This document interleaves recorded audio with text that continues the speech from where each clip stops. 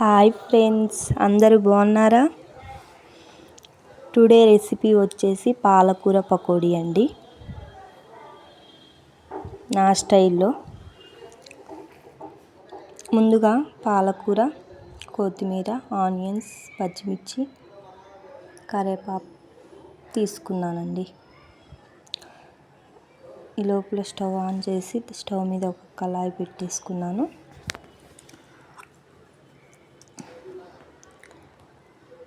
అందులో నేను కలిపే పకోడీకి తగినంత ఆయిల్ పోసుకున్నానండి. ఇది సిమ్లో నేనైతే ఎప్పుడు టైం సేవ్ కావడానికి ఈ ప్రాసెస్నే ఫాలో అవుతానండి. మీకు నచ్చితే మీరు కూడా ఇలానే చేయండి, లేదంటే మీ ఇష్టం అండి.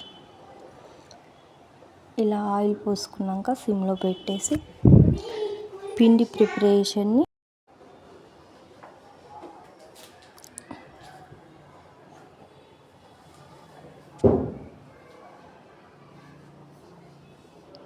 చూసారు కదండి. ఆ గ్లాస్తో నేనైతే 4 గ్లాసెస్ శనగపిండి తీసుకుంటున్నానండి. 1 కప్ చూడండి మీరే వీడియోలో చూపించిన విధంగా.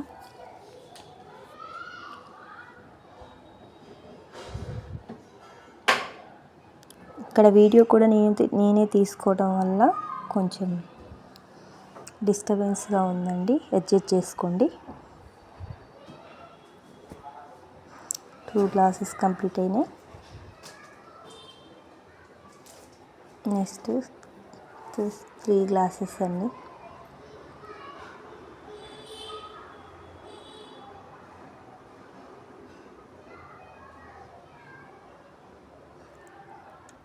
ఫోర్ గ్లాసెస్ అండి. ఇందులో నేనైతే కొంచెం బియ్యం పిండి కూడా యాడ్ చేశానండి. అదే గ్లాస్తో 1 కప్ బియ్యం పిండి. చాలా టేస్టీ అండ్ హెల్తీగా ఉంటాయండి. బియ్యం పిండి యాడ్ చేయటం వల్ల స్పైసీగా ఉంటుందండి. నేను వీడియోలో చూపిస్తున్న స్పూన్తో 1 టేబుల్ స్పూన్ కారం, 1/2 టేబుల్ స్పూన్ జీలకర్ర, 1/2 టేబుల్ స్పూన్ వాము, తగినంత పసుపు, కలర్ కోసం అండి. పసుపు వేయటం వల్ల మనకి కలర్ చాలా బాగా వస్తుంది. 1.5 టేబుల్ స్పూన్ సాల్ట్. అన్నీ వేసాక ఒకసారి స్పూన్తో తిప్పేసుకుని కలిపేసుకోవాలండి. కలిపాక అందులో కొన్ని ఆనియన్స్,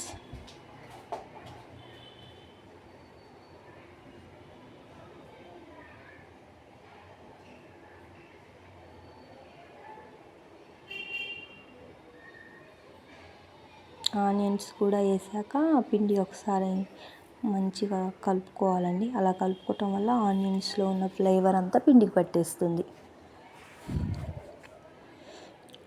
కొంచెం అంత కరివేపాకు, కొత్తిమీర, పచ్చిమిర్చి వేసేసుకున్నానండి.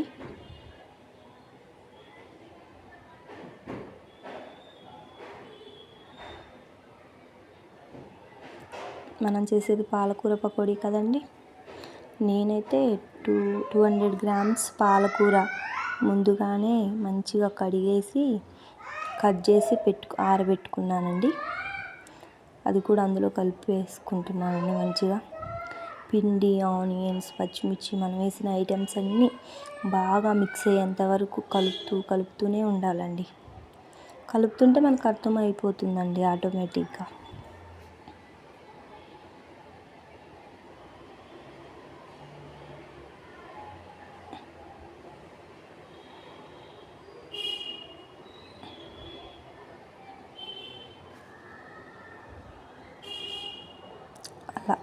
అలా 5 మినిట్స్ వరకు కలుపుకొని ఉంటే మ్యాచ్ చేసుకుంటే చాలా టేస్టీగా ఉంటుందండి. నేను తీసుకున్న గ్లాస్ తోటే వాటర్ అయితే నాకైతే 1 గ్లాస్ పట్టిందండి. చూడండి వీడియోలో చూపిస్తున్న విధంగా కలిపేసుకున్నానండి. 4 గ్లాసెస్ పిండికి అదే 1 గ్లాసెస్ వాటర్ పట్టింది. కలిపేటప్పుడు మనకు అర్థమైపోతుందండి, మరీ లూజ్గా కాకుండా మరీ టైట్గా కాకుండా ఒక తగ్గట్టు వీడియోలో చూపిస్తున్న విధంగా కలుపుకోవాలండి. కలుపుకున్నాక ఈ లోపల మనం ముందుగా పెట్టేసుకున్న ఆయిల్ సిమ్లో పెట్టి ఉంచుకున్న ఆల్రెడీ వీటెక్కి ఉంటుందండి.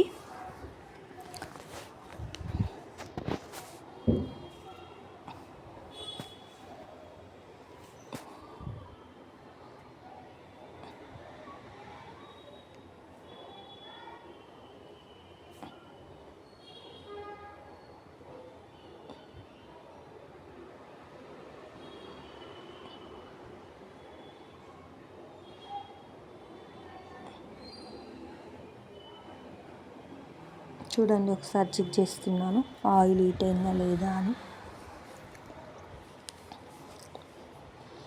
ఆల్మోస్ట్ ఏడైనట్లే అండి.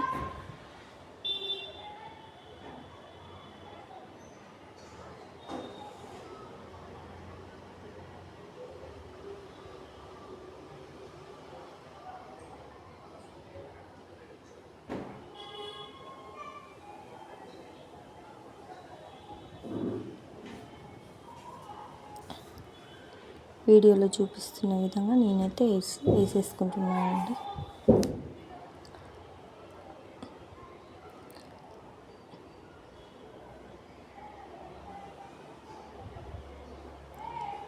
బయట ఫుడ్ కన్నా మనం ఇంట్లో ప్రిపేర్ చేసుకొని తింటేనే హెల్దీ అండి, పిల్లలకైనా మనకైనా. ఎప్పుడో ఒకసారి అంటే బయట తెచ్చుకోవచ్చు కదండి, కానీ ఊరికైతే తెచ్చుకోలేము కదా. అప్పుడప్పుడు ఏదైనా తినాలనిపిస్తే మనం చేసుకొని తింటే ఆ తృప్తే వేరండి కదా ఫ్రెండ్స్. మీరు కూడా ఎప్పుడైనా ఇలానే ట్రై చేస్తారా? కామెంట్ సెక్షన్లో కామెంట్ చేయండి. మీకు కనుక ఈ రెసిపీ నచ్చినట్టయితే ప్లీజ్ లైక్ చేయండి, షేర్ చేయండి, సబ్స్క్రైబ్ చేయండి.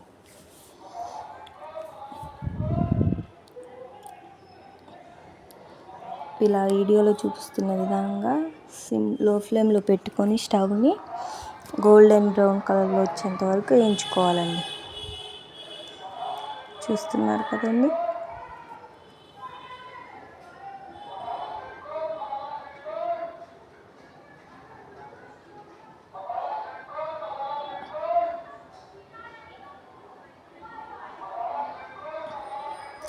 చాలా ప్రాసెస్ పడుతుందండి. కొంచెం సమయం చూసుకొని తీరిగ్గా ఉన్నప్పుడు మాత్రమే చేసుకోగలుగుతామండి. హడావిడిగా అయితే చేసుకోలేం కదా.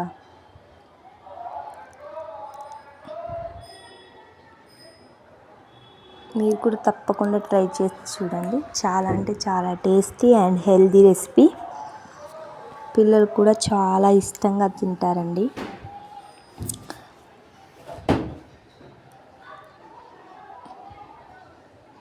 మా పిల్లలైతే చాలా ఇష్టపడి తింటారండి.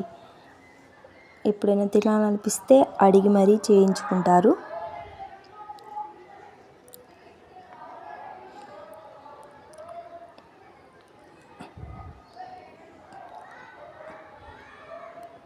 ఆల్మోస్ట్ తయారైపోయాయండి. చూడండి, తీసేసాను. అలాగే మిగతా పిండి కూడా చేసుకొని మొత్తం అయిపోయేంత వరకు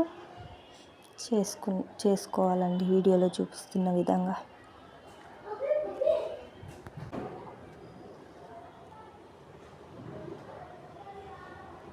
చూడండి ఫ్రెండ్స్, ఇది వచ్చేసి ఫస్ట్ టైం వేసినవి ఆల్రెడీ అయిపోయినాయండి. సెకండ్ టైం మిగతా అన్ని కూడా ఇలానే తయారు చేసుకోవాలండి. నాకైతే 1 అవర్ పట్టిందండి నేను కలిపిన కొంచెం పిండికి తయారు చేయడానికి.